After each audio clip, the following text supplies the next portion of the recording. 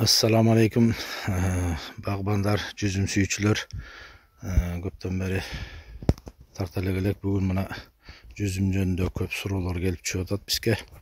Качан жүзүмдү кыркабыз, качан жылуулап жабабыз деп.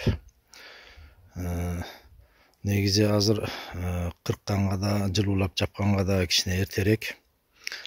Себеби азыр күн жылуу болуп турат. Өткөндө жаган кар, өткөндө кичине суук түштү эле. Ошондо мынакей жалбырактары көрүнүп тургандай, жалбырактары бүттү. Эми буюрса булардын баары түшөт.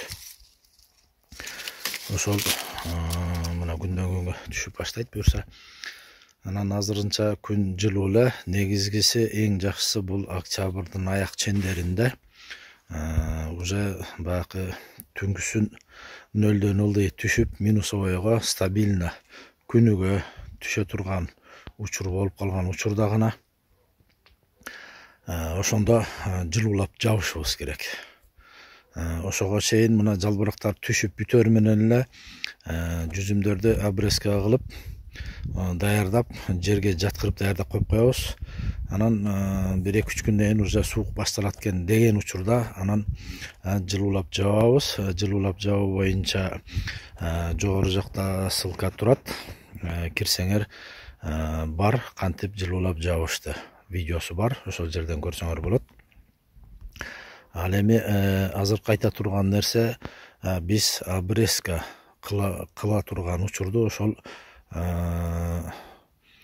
дагы канча бир жумадан кийин кылсак туура болгудай. 1 жума бою Кудай буюрса күн ачык, жылуулуу болот экен. Андан кийинки дагы погоданы карап турабыз. Ошол погода ошо суук башталардын астында 1 жума же 10 күн, ушул октябрь айынын аяк чендери болсо туура болот да. Эми ысык жерде андан кечирээк кылсаңар болот. Ал эми өтө эле суук боло турган жерлер болсо анда эртерээк. Жалбырак түшөрү менен эле обрезка кылсаңар да болот. Бирок эң негизгиси жалбырак түшүп бул сабагындагы эмелер питательный, ичинде витаминден башка ошол минерал эмелердин баарын бунун баары ылдый жакка бул кайра түшөт. Түшүп мынакей бул көп жылдык сабагына түшөт. Биз үстү жагын обрезка кылып кескенден кийин бул кышы менен ушул жеринен кичине питание алып турат. Бул однолеткасы 1 жылдыгы. Бул көп жылдыктан кышы менен питаться этип турат кичине. Ошон үчүн мынакей бу жеринде турат. Почкасы мына. Ошол почка үшүбөш керек. Ошол почкасы үшүгөндө анан жүзүм өспөй калат. Бул сабагы өзү 18-20 градуска чыдай берет, бирок почкасы чыдабайт. Почкасынын ошол бир 15 градуска чейин гана чыдайт. Андан ашып кетсе почканы үшүгө алып кетет дагы. Ошон үчүн жанагы жүзүм өспөй калып атканы же болбосо бул главный почканы үшүгө алып кетсе, мунун 2 капталында дополнительный дагы 2 почкасы болот. Ошолордон өсүп чыкканы мөмө бербейт. Ошон үчүн могу биз основной главный почка бүчүрүн жылуу кармашыбыз керек. Анан сабагы мына ушундай болуп, мына күрөң түстө ушундай сабагы бышып жетилиш керек. Мунун эми уч жактарында бар, мына жетилбей калган жерлери. Мынакей. Бу жерде мына жашыл болуп, кичине жүзүм ооруган биздики. Ошого карала турала болуп калды. Бул ооругандын белгиси. Ошон үчүн мына бул жагы уч жагы жетилбей калган. Ал эми ылдый жагы жетилип бүттү. Биз обрезка кылганда мынакей бу жеринде турат, жашыл болуп. Бул жери кичине эме болуп турат. Анан мына бу жери коричневый болуп турат. Мына бул жери бышып жетилген. Ал эми бул өйдө жагы бышып жетиле элек. Булар уже кышында баары бир өлүп калат. Булар жарабайт. Биз кесебиз, ушул бышып жетилгендин учуна чейин ушу жерден кесебиз. үстү жагы жарабайт мисалы.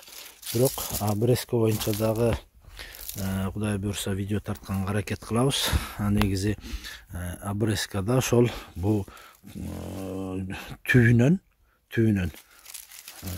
бул түбүнө жакыныраак же болбосо зымга жакыныраак жерден мисалы могул экөөнү калтырып калганын бул жерден эле кесип алып сала беребиз. Эмки жылкыга ушул экөөнү жаткырабыз дагы, ушул экөөнөн мөмө алабыз. Негизи мына бул түбүнөн келгенде. Анан меникинде ылдый жактан бул жактардан калат меники, аркынысын ар жактан калат. Обрезканыкын сүрөттөрү деле бар интернеттен карасаңар, видеолор деле көп, орус каналдарында өтө эле көп. Ошон үчүн биз обрезканы азырынча шашылбайлы, обрезканы дагы примерно бир жумадан кийин кырсак болот. Же болбосо суугураак боло турган жерлерде мынакей жалбырактарды мынтип кол менен алып туруп эле, мынтип эле полный тазалап туруп, анан кийин кыркып жерге жаткырып даярдап коебуз. Анан кийин ушу суук болот, 3-4 күндөн кийин болот экен деген учурда анан жылуулап жаап коебуз. Дагы бир нерсе айта турган нерсе, бул кышында жылуулап жаба турган гана жүзүмдөрдү кыркабыз.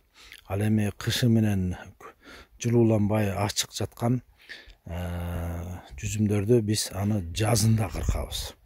Жазга чейин анча-мынча ошо кээ бир жерлерин үшүк алып кетет, кээ бир жерлери алынбайт.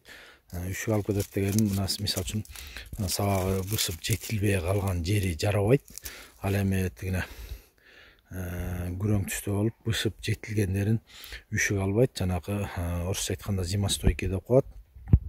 Кышка суукка чыдамдуу 30 градуска чейинки жүзүмдүн сорттору бар. Эгерде ошондой болсо, аларды биз жазында күн жылыгандан кийин март айларында примерно ар кимге аргандай, бирөө марттын башында кесет, бирөөсү ортосунда. Ал эми өтө суугураак жер болуп калса, кичине суугураак, чүйдүн боорунун тоон этектери чуугураак келет.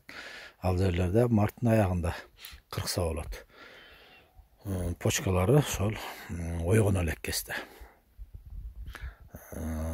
Азыркы биз айткан нерселерибиз бул азыркы ушул кышы менен жүзүмдү жылуулап жабуу сортторун гана азыр кесебиз. Мисалы мына бир жуманын ичинде кессек болот. Кыркып, кесип, даярдап, эмки жылкыга жакшы бышып жетилген сабагынан гана, мына көрдүңөрбү? Мына ушундай болуп бышып жетилиш керек. Мына ушул ана мына почкалары турат. Мынакей. Мына почкасы ушул жерден чыккандан анан мөмө берет. Мынакей. Ушуну калтырабыз, мына жакшынакай болуп түбүнөн келди.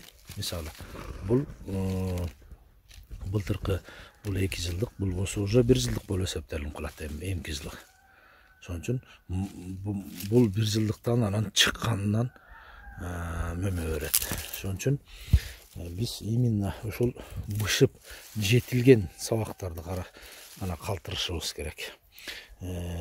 Эми өзүңөрдүн баягы шпалера деп коет, зым тартууңарга жараша. Меники бир эле зым тартылган.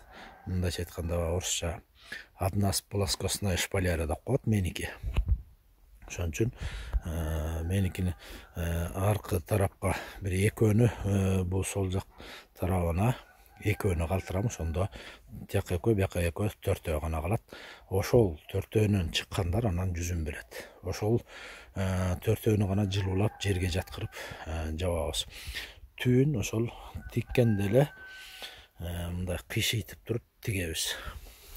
Мынакей жерге оңой жатат бул. Мынакей басканда мына жерге жетет. Мына тиги жагы почти жерге жатып турат. Ошону менен алып барып туруп анан кийин өстүрөбүз. Анан дагы суроолор болуп атат жүзүмдөрдүн аралыктары боюнча. Misal üчүн мына бул bir ряд, ал эми бул жагында мына экинчи рядым бар. Ошол экинчи ряд менен мына бул ряддагы жүзүм менен эми бул ряддагы жүзүм экөөнүн ортосу меники 2 метр. Себеби дегенде менин бул шпалеранын бийиктиги мынакей. Шпалерамдын бийиктиги бул зымга чейин жерден 2,20, примерно 2,20, 2,30 бийиктиги. Ошондо күндүн тийгенде ошол 2,30га чейин тийген күндө деле күн ысыгыраак жакшы жерлер биринчи зымдан өйдө тиет. Күн өйдө тиет. Ошо биринчи зымдан баштап өйдө тиет. Ошол туура болот. Ал эми бул жүзүм менен мисалы мынакей бул жакта турат. Бул экөөнүн ортосун сортуна жараша слаборослый, среднерослый, сильнорослый деп коет. Слаборослый болсо 2 метр жетиштүү болот. Среднерослыйга 2,5-3 метр кылсаңар туура болот. Сильнорослыйга 3,5 метр кылсаңар да болот. Сильнорослыйга 3,5 деле болот.